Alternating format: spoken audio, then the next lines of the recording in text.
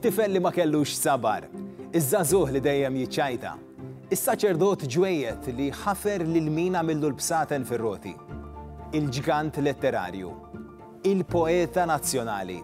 Lil Duncan Bsajla sirna nafuh fuq il-bankijiet tal-iskola propju bħala il-poeta nazzjonali.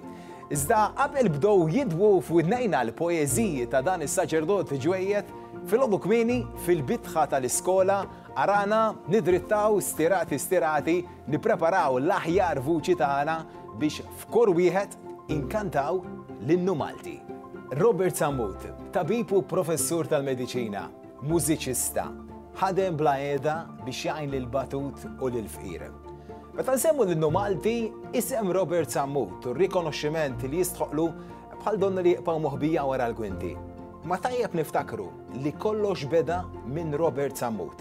Kien f'artiklu li der fil-Berqa fis-16 ta' Marzu 1944 Duncan stess irrakkonta twelid tal-innu Malti.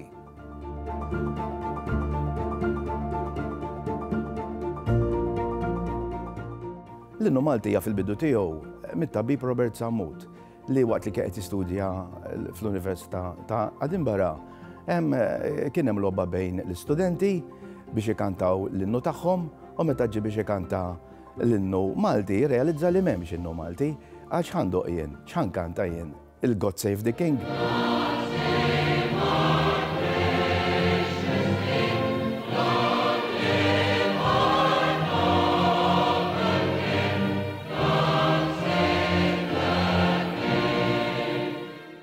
Malta kienet għadda kif għaddiet mill-burraxka tas-7 Ġunju fl-1919 li mirvellijiet kienu r-riżultat ta' sitwazzjoni soċjali prekarja, sitwazzjoni ekonomika diffiċli ħafna l-maġġoranza tal-Maltin minħabba il-prezzijiet għoljin tal-ħobż. Però kienet ukoll sitwazzjoni li qed tirrifletti xquq u firdiet oħrajn fis-soċjetà Maltija. Infatti ma nistgħux ngħidu li b'mod assolut fis-7 Ġunju naraw il-Maltin kontra l-Ingliżi. F'ċertu każijiet infatti jidher ċar li kien hemm Maltin kontra Maltin stess. Wara li t-tabib Robert Sammut ikkompona l-melodija għal dak li xtaq li jsir l-innu nazzjonali għax irrealizza li ma kellniex innu nazzjonali bħal pajjiżi oħrajn, għadda l-mużika lil Dr. Albert V. Laferla li kien id-direttur tal-iskejjel ta' dak iż-żmien li kien ħabib ta' Duncan. Għallu ma nistax insib persuna oħra li tista' tagħmel din il-biċċa xogħol ħliefek. Fl-arkivju tal-Akkademja tal-Malti li qabel fl-antik kienet magħrufa bħala l-Għaqda tal-Kittiba tal-Malti, insibu żewġ oġġetti importanti marbutin mal-istorja tal-innu tal-Malti. L-ewwel oġġett huwa il-poster uffiċjali ta' meta ndaq l-innu Malti it-tieni darba kien indaq waqt kunċert Malti, hekk kienu sejħulu, fit-Teatru Manuel. L-ewwel darba li kien indaq l-innu Malti kien xi xahrejn qabel. It-tieni oġġett importanti wkoll huwa daqsxejn ta' nota li fiha insibu li Duncan kien iltaqa' ma' Nino Cremona u ma' xi ħadd ieħor minn tal-Għaqda. U Duncan kien għamilhom ċara li hu ma rridx li l-innu Malti jiġi tradott b'xi lingwa oħra.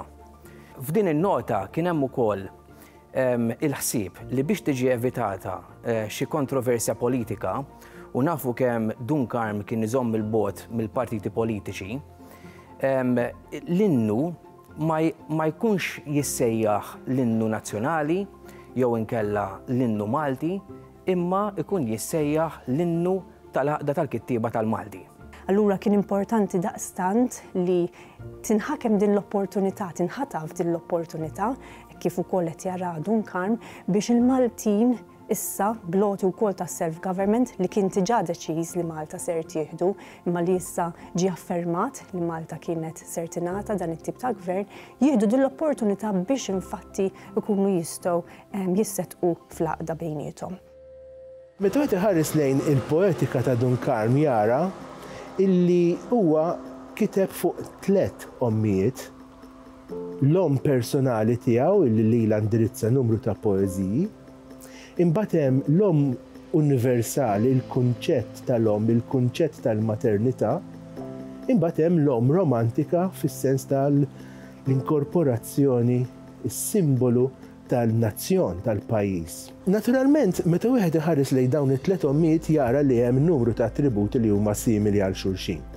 U fil-fatt dak li naraw anka fl-innu nazzjonali tagħna, fl-innu Malti. Allura f'dak is-sens wieħed jara illi l-om li tatna isimha hija l-istess om illi tagħti l-imħabba lill-ulieda, l-istess om illi tagħti dak kollu li għandha lill-tfal tagħha. F'dan is-sens allura nara li hemm rabta b'saħħitha ħafna, mill-qrib ħafna, qawwija ħafna bejn dawn it-3 ommijiet u l-idea tal-om illi nsibu fl-innu nazzjonali tagħna li nsibuha wkoll f'numru ta' poeżiji oħrajn tixbaħ ħafna l-idea tal-om personali imma wkoll tal-om universali. Fl-aħħar tas-seklu 19 fl-1899 kien hemm Manuel Dimek illi kiteb l-Innu Malti, l-Innu Malti verżjoni ta' Manuel Dimek. Issa min jaf il-Manuel Dimek jaf illi żgur ma kienx it-tip ta' Dunkarm, anzi kien antiklerikali u kien ribellus ħafna u l-Innu Malti jismu hekk l-Innu Malti ta' Manuel Dimek huwa fil-fatt aktar movimentat, iħeġġeġ aktar biex niddefendu lilna nfusna biex anke neħilsu mill-barrani. Ġifieri kellna dawn il-movimenti fl-istess perjodu bejn wieħed u ieħor. L-Innu Malti huwa talba lill-Alla, però fih ukoll hemm espressjoni ta' viżjoni soċjali għall-għaqda. Dan il-punt nifhmuh jekk inħarsu lejn l-Innu Malti fid-dawl ta' dak li kien innu prekursur tiegħu, miktub minn Dunkarm stess fl-1921. Infatti bit-titlu l-Ħuti il-Maltin nar-loti tal-Kostituzzjoni tal-1921. F'dan l-innu hemm il-metafora ta' l-għaqda li wkoll mbagħad narawha fl-Innu Malti stess li jinkiteb sena wara. Fil-każ ta' Dunkarm naraw dan l-appell għal Maltin fl-ewwel innu biex jingħaqdu ma' xulxin, fl-Innu Malti wkoll naraw l-appell jew it-talba lill-Alla biex jaqgħad lill-Maltin ma' xulxin, isemmi l-ħaddiema, isemmi l-ħakkiema. Jaqgħadhom ma' xulxin f'dak l-aħħar vers b'ton patriot bħala il-Maltin Wislim li kien hemm bżonn li bejniethom tisseddaq l-għaqda. L-ironija tal-istorja li meta twilet l-Innu Malti kien il-mument meta sena qabel biex nkun preċiż miet propju Manuel Dimek, x'imkien minsi le x'imkien fid-deżert tal-Ixandra ġewwa l-Eġittu. Ġifieri kellna daw il-kurrenti totalment antitetiċi, totalment opposti tajjeb min qiegħed jiġġieled għall klassi tal-ħaddiema biex tikber u min qiegħed jippromuovi l-status quo biex jibqa' kollox fil-paċi kif inhu. Fi ktejjeb analiżi tal-versi tal-Innu Malti li ħareġ il-Kunsill Lokali ta' Żebbuġ fl-2009, il-professur Oliver Friġieri jifli bir-reqqa vers biex joffri analiżi deskrittiva aktar milli valutattiva li tipprovdi dera tal-partijiet kollha skont tifsira u forma li l-koll sawru espressjoni waħda. Innu li jidher sempliċissimu ħafna. Imma x'inhuma t-temi maġunin f'dawk il-ftit versi? L-Innu Malti huwa poeżija żgħira magħmul minn 2 terzini miktub bil-vers endeka sillabu, ġifieri m'hemmx fejn intilfu, mhux xi poeżija twila kif ġieli konna n-nijiet ta' pajjiżi oħrajn. L-ewwel parti tiffoka l-aktar bħala tema fuq il-familja għaliex Dunkarm f'moħħu kellu dan in-nukleju familjari kompost mill-missier li huwa Alla, mill-om li hija Malta u minna li aħna l-ulied il-Maltin. Imbagħad it-tieni terzina jiġifieri strofa bi 3 versi it-tieni terzina tiffoka fuq il-klassijiet soċjali li isemmi tlieta, isemmi min qed jaħkem, il-ħakkiema, isemmi is-sidien, l-employers min qed iħaddem u jsemmi ovvjament il-maġġoranza tal-Maltin, il-ħaddiema. Ġifieri bejn wieħed u ieħor dak huwa itqassim sempliċi tal-innu Malti. Kurjuż il-fatt illi jissemma gbiralla, tissemma l-frażi gbiralla, jekk wieħed jaħseb fuqha hija frażi pjuttost semitika, pjuttost tarbija, le Allahu l-akbar. Mhux dik il-frażi biss, imma il-kliem kollu, l-lessiku kollu tal-poeżija huwa kollu Arbi. Ġifieri hemm din it-tema moħbija wkoll tajjeb illi aħna l-identità tagħna hija Arbija daqskemm hija nisranija, mela qed iżewweġ dawn it-temi flimkien prattikament. Imbagħad iva hemm it-tema politika kif qal Dunkar minn nifsu kitbu fi żmien fejn kien hemm jgħidu antagoniżmu politiku, allura hemm it-tema tal-għaqda, sedda il-għaqda u slim jispiċċa l-innu tagħna. L-impatt tal-innu Malti kien li jagħti biex ngħidlek lejer ieħor ta' nazzjonaliżmu. Pereżempju hija li meta beda jindaq, beda jiġi reklamat bħala l-element purament Malti, jagħlaq kunċerti pereżempju, naraw kunċerti li jsiru u reklamati u jgħidlek fiha fir-reklam li fl-aħħar se jindaq l-innu Malti. U dina importanti meta nqisu li kull manifestazzjoni li kollok fil-pajjiż, inkluż plays, opry and so on, fl-aħħar kienu jgħalqu il-God Save the King. L-appell għall-għaqda li kien relevanti ħafna fl-1922 jibqa' relevanti wkoll tista' tgħid meta l-innu Malti fl-1964 isir l-innu nazzjonali ta' Malta. U wieħed jista' jgħid ukoll li din il-metafora tal-familja magħquda, l-familja ideali, nazzjonali, patriotta, bl-om li hija Malta, Alla li huwa l-missieru l-protettur u allura il-Maltin u Muslim li huma l-uliet li jaqdu lill-familja, dik tista' tgħid li għadha tidwi r-relevanza tagħha sal-ġurnata tal-lum. Issa, peress li l-innu Malti kif diġà għadna huwa affermazzjoni ta' nazzjonalità, allura qed juri poplu, element ta' poplu, dika għall-Ingliżi ma kienx tinżel. Tantu hekk li meta il-Kunsill tal-Gvern fin-1940 iddeċida li jibda jindaq l-innu Malti, jagħti permess li jindaq l-innu Malti u semmih The National Anthem of Malta, u bdiet iddoqqu l-BBC fi żmien il-gwerra wkoll, kelli kreazzjoni qawwija mill-Colonial Office li qabżu kemm fuq il-Kunsill tal-Gvern f'Malta, fuq il-Gvernatur, għallu l xed tagħmel bidejk, Malta biss għandha innu wieħed, biss il-God Save the King, u għafżaw il-BBC biex ma jdoqquhx.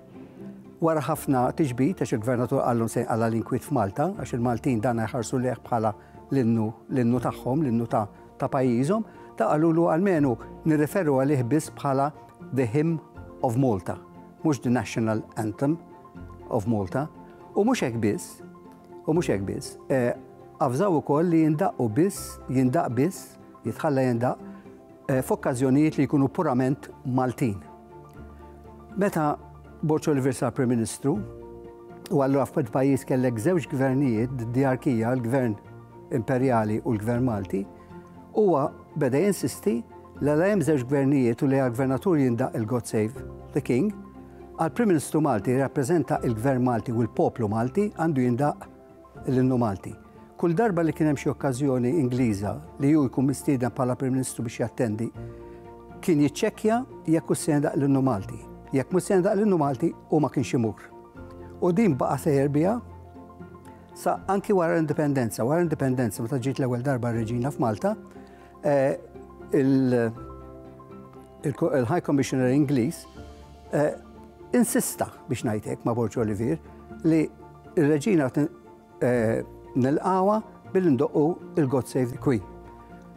Borċ Oliver għallu le, għallu ma nistax nagħmlu unur ikbar lir-Reġina bil-ndoqqula l-innu Malti. U hekk għamel daq l-innu Malti. Għaliex? Għax għalih l-doq l-innu ta' pajjiżek tkun qed tagħmel affermazzjoni ta' dinjità ta' poplu, ta' ir-realtà li dal-poplu jeżisti huwa nazzjon fih nifsu. Bekk wara li tajna ħarsa lejn kif twieled l-innu Malti, kif huwa mqassam u temi li jispikaw fih, naslu issa għal-ġurnata tal-lum. 100 sena wara, kif inħarsu lejn l-innu Malti? Għadu importanti? Jina rilevanza personalment nara il jekk naqra mill-ġdid l-innu Malti naraħ iktar inklusiv mill-li naħsbu. L-ewwel semmejt l-idea iva illi hemm elementi semitiċi Arab fih, imħaltin ma' elementi insara Ewropej. Tajjeb mela dan it-taħlid, din l-inklużjoni naħseb li tagħmlu rilevanti.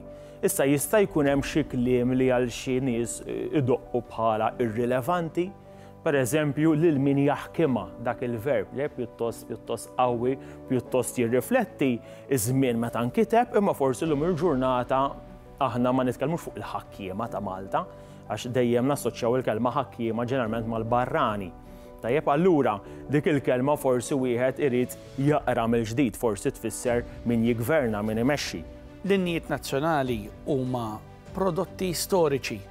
Jinkitbu fi żmien fl-antik, isiru simboli u aħna nożżuhom bħala simboli mhux għat-tifsira ta' kull kelma u ta' kull sentenza. Ngħidu aħna l-innu Franċiż.